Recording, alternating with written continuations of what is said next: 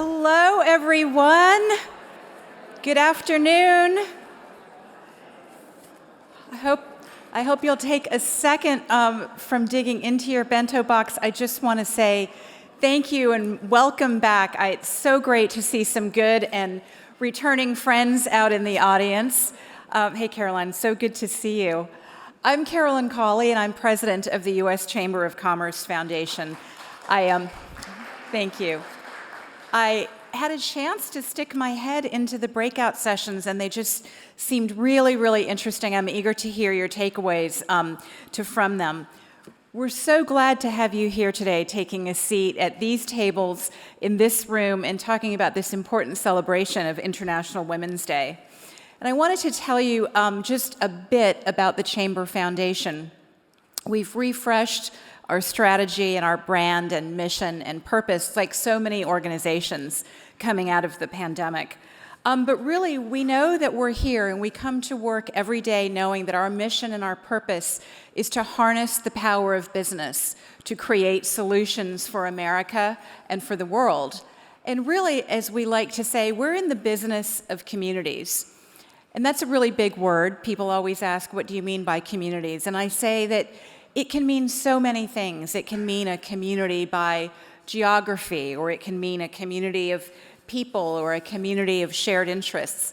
And I think what's really special about today is that it's about all of those things, women around the world, in every community in the United States, across all sectors, in all kinds of jobs.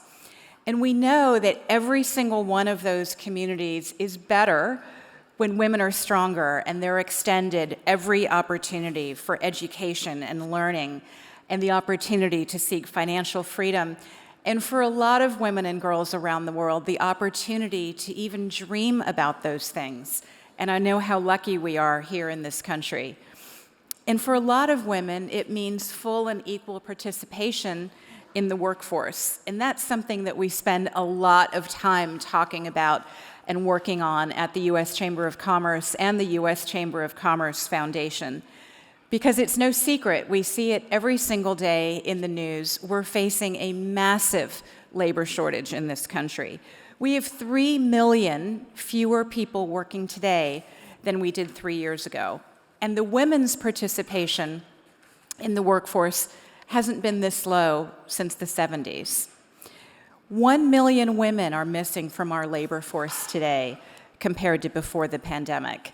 And that's a real reality that we've all got an oar in the water on. And it's something we've got to improve if we're going to have a full pandemic recovery, a full economic recovery. So looking around this room, it's just so exciting to be back. If you had ever been at the Chamber before in years past for this event or for others, this is a brand new room with lots of new screens and technology and sound that we hope will help you really bring these ideas to life. We know that in boardrooms and government rooms and lecture halls and classrooms and neighborhoods everywhere, it's our job to make sure that women and girls have the opportunities to thrive. So I'll say it again, thank you and welcome. I hope that you'll enjoy the lunch. Before I introduce our next speaker, I just wanted to say a couple of words about him and the partnership with the State Department.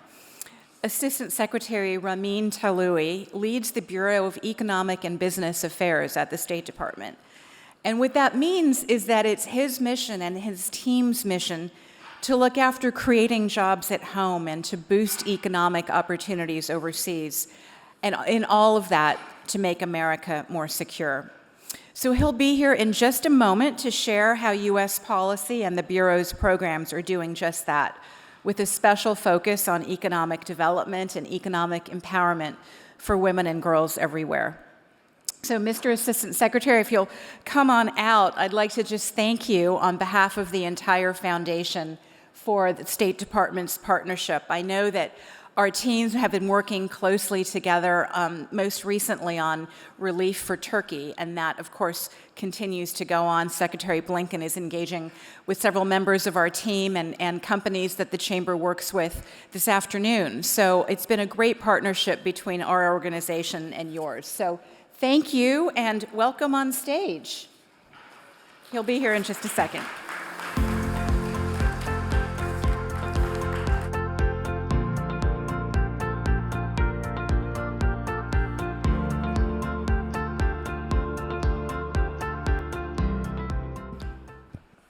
Carolyn. Thank you so much for that kind introduction, and to the Chamber Foundation for the invitation to be here with you today, and to all of you for joining in this discussion of really important and I would say urgent issues. It's great to be back at in-person events, and I'm delighted to be here.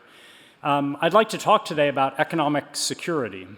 And when we speak about economic security at the State Department, we're speaking a lot of times about things like sanctions, or supply chains, or our international transportation networks.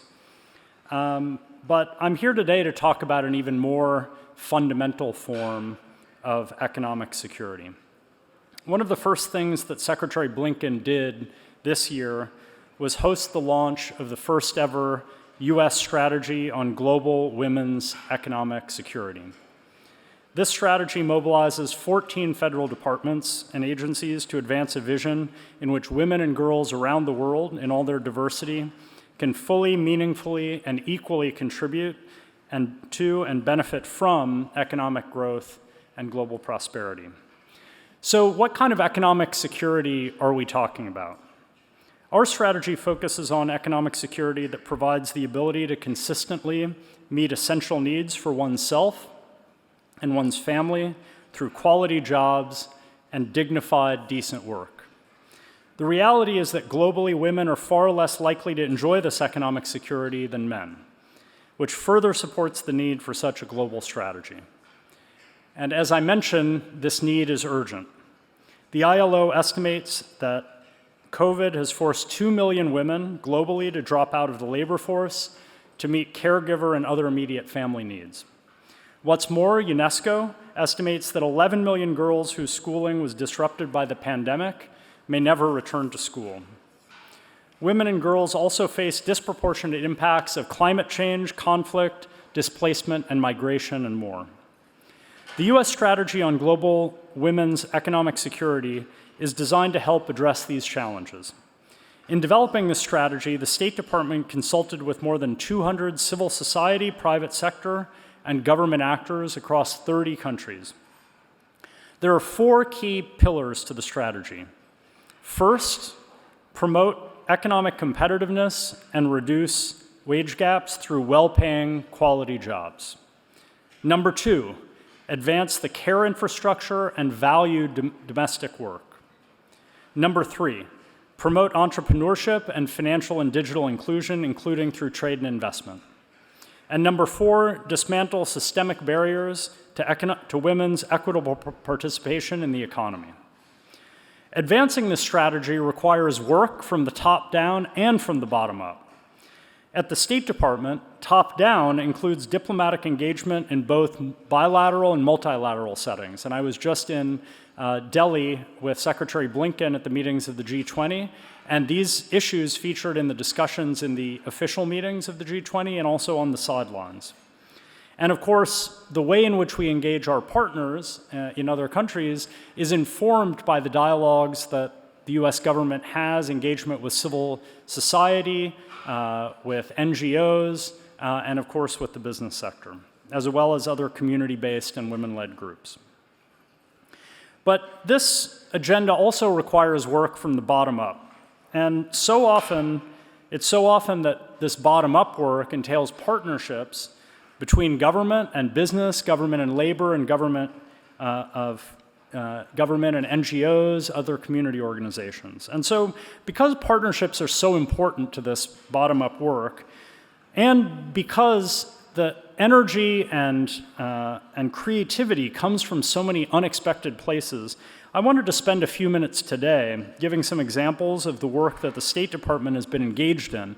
And I do this not only to give you a better sense of what we're doing, but hopefully by example to inspire some of the work that the individuals in this room can do, bringing to bear all of the extraordinary knowledge and experience you have to meet our shared goals of elevating women's economic security globally. Now, one of the ways that the bureau that I lead, the Bureau of Economic and Business Affairs, does this is through something we call our POWER initiative. POWER here stands for Providing Opportunities for Women's Economic Rise. It's a program that we've been fortunate enough already to partner with the Chamber on, and we're seeing exciting examples of this program in action all over the world. And one key thing that this Power initiative advances is the power of networking. Our objective is to connect U.S. private sector with women entrepreneurs and business leaders abroad to facilitate partnerships that advance climate innovation, strengthen supply chains, support small and medium-sized enterprises, increase digital and financial inclusion, and expand access to technology. So rather than speak in the abstract, let me give you a few examples of how our Power programs work. And let me start with an example from about a year ago in Morocco. The U.S. Consulate General in Casablanca brought together over 1,000 women entrepreneurs from a variety of sectors for discussions on issues such as digital transformation, investment growth, and market expansion. And here you see a photo from that event with our Deputy Secretary, Wendy Sherman. At this event, one of the participants shared her story about being a young entrepreneur from a small town in Morocco. She'd recently moved to Casablanca to start her own business and shared that it was very difficult to meet with clients without a proper office. She was also struggling to expand her business due to limited financial resources.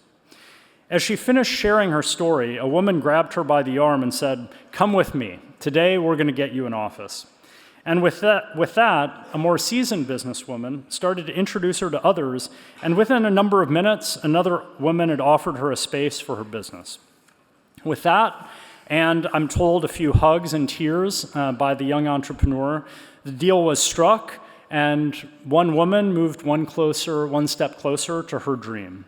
Now, the people in this room know the benefit of networking, and this Power initiative is really intended to bring the power of that networking to some young female entrepreneurs, women entrepreneurs in developing and emerging countries. And it's something that we can often take for granted, but is often a missing essential ingredient in those that are seeking to establish themselves. And this is an area where the Department of State and the Chamber can collaborate with other organizations to help fill that gap. Let me share another example from Nigeria, brought to us by the U.S. Consulate General in Lagos, where the State Department worked with an organization called Lagos Mums, a local NGO, and Google to organize a virtual workshop entitled Technology Enabling Growth. And you see some of the participants, a screenshot of some of the participants from that. And the objective was basically to bring women in this organization together for webcast training and workshops with 50 Nigerian women business owners and link them to Americans through this Lagos Mums group. And over the past few years, this Lagos Mums Academy has trained women in improving and acquiring digital skills to grow their businesses locally and globally. And the founder and CEO of the initiative said, and I think this really captures what we're trying to do, "I strongly believe that the more women we empower to take advantage of technology, the more successful women-owned businesses we'll all be able to boast of, not only in Nigeria, but across the world." The long-term effectiveness of efforts to empower women economically depends on the existence of strong, active, professional female networks, and Power helps to establish those networks to support women in expanding their businesses and overcoming barriers. Let me give a final example from Ecuador, from the U.S. Embassy in Quito, which implemented a program focused on women-led tech businesses that engaged over 600 university students in training and focused on STEM opportunities.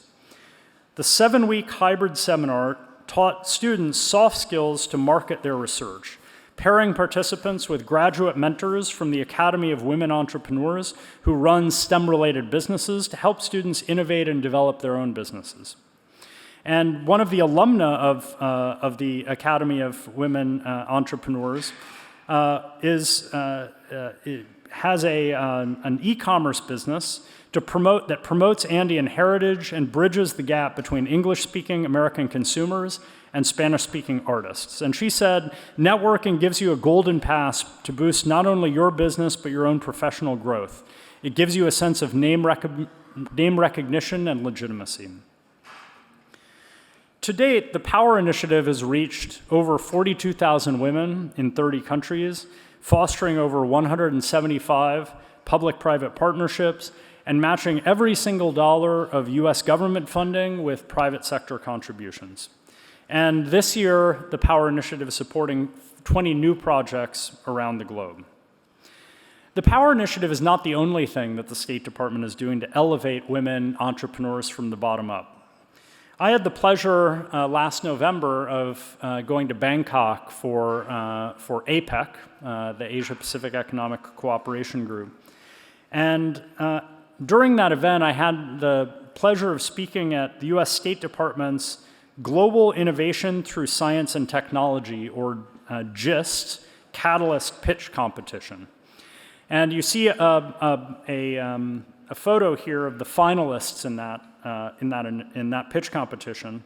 And what this GIST Catalyst do is, through a partnership with a range of US businesses and other supporters, brought young entrepreneurs from across the APEC region, so from Latin America, Asia, Pacific Islands, and offered training and mentoring during the competition, and then eventually the opportunity to win financial resources through this pitch competition. And there were 5 finalists that were selected.